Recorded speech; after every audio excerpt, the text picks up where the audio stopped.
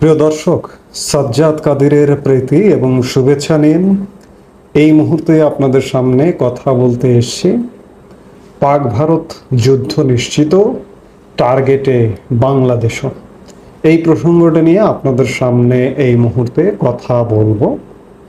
আমি গতকালকে এক ভিডিওতে বলেছিলাম যে গতকাল বুধবার পাকিস্তানের যে হম্বিতম্বি ছিল ভারতের আগের রাতে জঙ্গি আস্তানা গুড়িয়ে দেবার পর, তাতে মনে হচ্ছিল যে বুধবার দিবাগত রাতে অর্থাৎ গতকাল রাতেই পাকিস্তান ভারতের বিভিন্ন স্থানে হামলা করবে।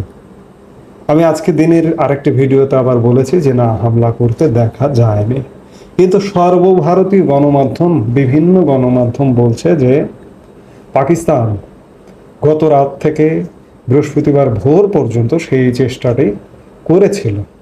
দুষ্ট পাকিস্তান, নষ্ট পাকিস্তান, তারা কি পিছু হটে? তারা পিছু হটবে না।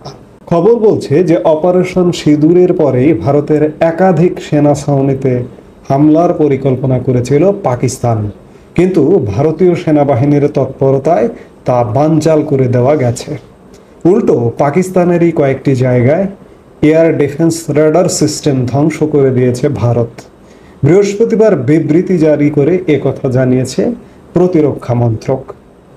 সরকারি সূত্র জানিয়েছে বুধবার রাতে এবং বৃহস্পতিবার সকালে ভারতের কয়েকটি জায়গায় সেনা ছাউনিতে ড্রোন এবং মিসাইল হামলার ছক কষেছিল পাকিস্তান। তার মধ্যে রয়েছে শ্রীনগর, পাঠানকোট, অমৃতসর, লুধিয়ানা এবং চণ্ডীগড়। কিন্তু পাক সেনার এই পরিকল্পনা ব্যর্থ হয়েছে। বৃহস্পতিবার সকালে ভারতীয় সেনাও তার জবাব দিয়েছে। তাতে লাহোর সহ পাকিস্তানের একাধিক জায়গায় এয়ার ডিফেন্স রাডার সিস্টেম ধ্বংস করে দেওয়া হয়েছে। এ কাজে integrated counter US grid system ব্যবহার করেছে ভারত। অর্থাৎ পাকিস্তান তাদের হামলা পরিকল্পনা থেকে, পাল্টা আঘাত করা থেকে পিছু হটেনি। যে কোনো সময় তারা হামলা করবে, কিন্তু বারবার এরকম ব্যর্থ হতে পারে। এদিকে কাশ্মীর সীমান্তে ভারত ও পাকিস্তানের সেনাদের মধ্যে গতকাল রাতেও রাতভর গোলাগুলি হয়েছে বলে জানিয়েছে ভারতীয় সেনাবাহিনী। আজ বৃহস্পতিবার এক বিবৃতিতে ভারতীয় সেনাবাহিনী এ খবর জানিয়েছে।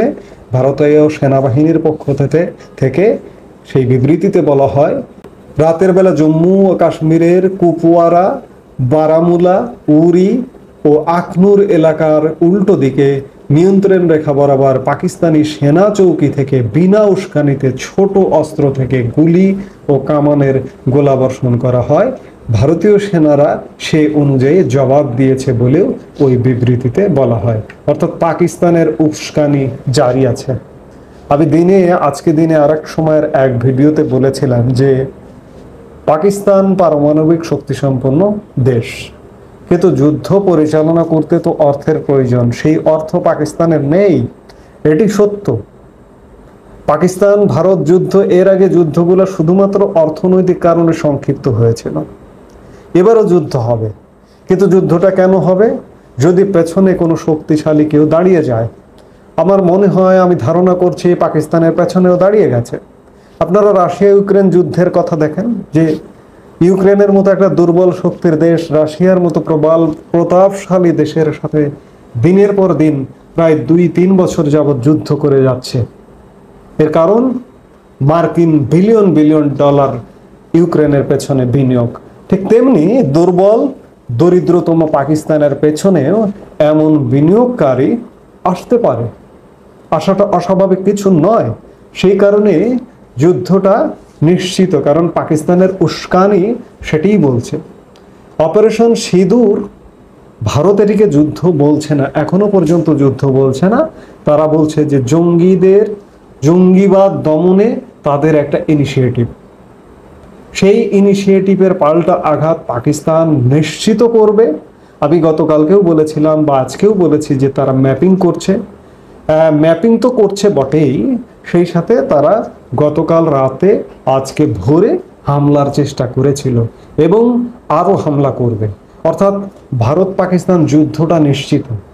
একই সাথে বাংলাদেশও টার্গেটে।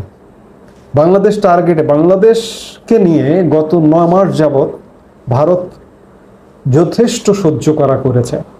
বাংলাদেশ সরকারের উস্কানি, বাংলাদেশের জনগণের উস্কানি, এমনকি আমি বারবার ভারতীয় জনমতের কথা বলি, জনগণের কথা বলি।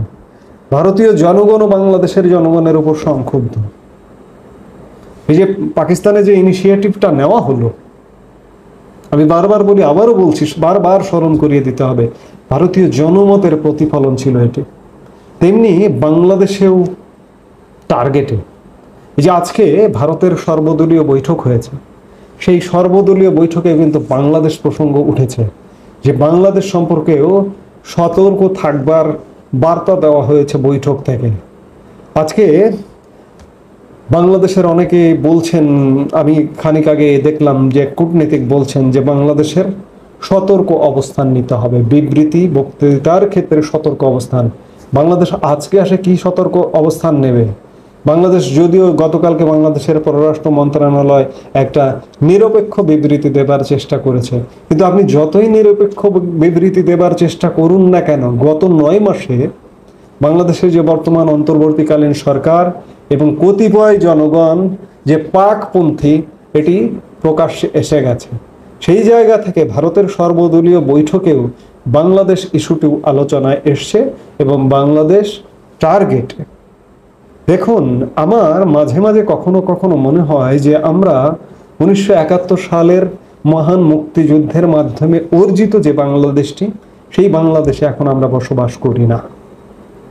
সেই বাংলাদেশে কেন বসবাস করি না? আমি খানিক আগে বাংলাদেশের এক গণমাধ্যমের এক ভিডিও কন্টেন্ট দেখলাম, যে কন্টেন্টের শিরোনাম সীমান্তে পাকিস্তানি সেনাদের ব্যাপক গোলাবর্ষণ, দিশেহারা ভারত।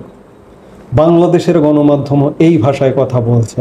তাহলে কি আপনি মনে করবেন যে আপনি সেই 71-এর মাধ্যমে অর্জিত বাংলাদেশে বসবাস করছেন? আপনি অধিকৃত, দখলকৃত পাকপন্থী বাংলাদেশে এই মুহূর্তে বসবাস করছেন। আমি বিশ্বাস করি 1971 সালে ভারত আমাদের স্বাধীনতা এনে দিতে গুরুত্বপূর্ণ ভূমিকা পালন করেছিল, প্রধান ভূমিকায় অবতীর্ণ হয়েছিল আমাদের মুক্তিযুদ্ধের সাথে কাঁধে কাঁধ মিলিয়ে। আজকে যে দখলকৃত বাংলাদেশ, পাকপন্থী বাংলাদেশ, এই বাংলাদেশও আজকে 2025-এ 54 বছর পরে আবারও উদ্ধারে, এই পাকপন্থী থেকে উদ্ধারে ভারত গুরুত্বপূর্ণ ভূমিকা পালন করবে বলে আমি বিশ্বাস করি।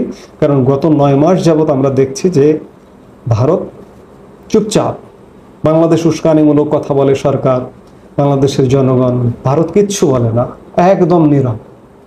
এই নীরব হতে হতে এমন একটা সরব ঘটনা ঘটে যাবে যে বাংলাদেশের এই পাকপন্থী থেকে অন্ততপক্ষে বাংলাদেশ উদ্ধার হবে। দেখুন, আজকে 8 মে বাংলাদেশের সরকারি হিসেব অনুযায়ী 25শে বৈশাখ। আজকে আমাদের বাংলা সাহিত্যের অন্যতম প্রধান কবি রবীন্দ্রনাথ ঠাকুরের জন্ম জয়ন্তী। আজকে বাংলাদেশে রবীন্দ্রনাথ ঠাকুরের জন্ম জয়ন্তীর সেই রকম কোনো সাউন্ড পাওয়া যাচ্ছে না। এটি কখন হতো? পাকিস্তান পিরিয়ডে বাংলাদেশে রবীন্দ্রনাথ নিয়ে তৎকালীন পূর্ব পাকিস্তানে আয়োজন করা যেত না। আজকে বাংলাদেশও কিন্তু তেমনটাই হয়েছে। আমি গণমাধ্যমের উদাহরণ দিলাম, রবীন্দ্র জয়ন্তীর উদাহরণ দিলাম, হয়তো নীরবে নিভৃতে আয়োজন চলছে, কিন্তু প্রকাশ্যে অন্যান্য বছর যেমনটা হয় তেমনটা আমরা দেখছি না। কেন? রবীন্দ্রনাথ হিন্দু কবি, এখানে হিন্দুত্ব খ্রিস্টানত্বের স্থান নেই।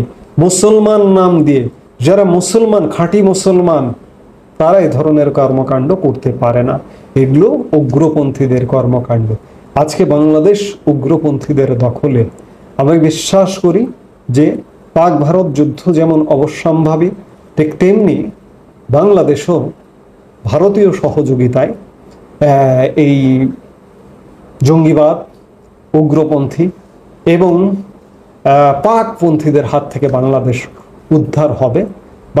আমি শিরোনামটা এভাবেই শুরু করেছি যে পাক ভারত যুদ্ধ নিশ্চিত, বাংলাদেশও টার্গেটে। সত্যি বাংলাদেশ টার্গেটে, কারণ সর্বদল বৈঠকে পর্যন্ত বাংলাদেশের নাম উঠছে ভারতের। তাহলে বাংলাদেশ যতই নিরপেক্ষ নিউট্রাল ভূমিকায় অবতীর্ণ হন না কেন, কূটনীতিকরা বলুন না কেন যে বাংলাদেশের কৌশলী ভূমিকায় অবতীর্ণ হতে হবে, আর কি কৌশল? গত 9 মাস কি বাংলাদেশকে দেখছে না ভারত? দেখতে দেখতে ঠেকছে না ভারতের সাথে? ইতিমধ্যেই অনেক ধরনের সম্পর্ক বন্ধ হয়ে গেছে। সামনের দিনগুলোতে ভারত, আমি বারবার বলি, আগেও বলেছি যে ভারত হয়তো আমাদের এখানে সরাসরি হামলা করবে না, কিন্তু ভাতে মারবে, পানিতে মারবে। আমাদের সেই পরিস্থিতি হয়তো দেখতে হবে। আমরা সেই পরিস্থিতি দেখতে চাই না, কিন্তু দুর্ভাগ্যবশত আমাদের সেই পরিস্থিতিও দেখতে হতে পারে শীঘ্রই। এই মুহূর্তে এ পর্যন্তই। সবাই ভালো থাকুন, সুস্থ থাকুন। আমাদের ভিডিওগুলো নিয়মিত পেতে সাবস্ক্রাইব করুন Sajjad Kadir and the legends YouTube channel এবং লাইক, কমেন্ট, শেয়ার করে সাথে থাকুন।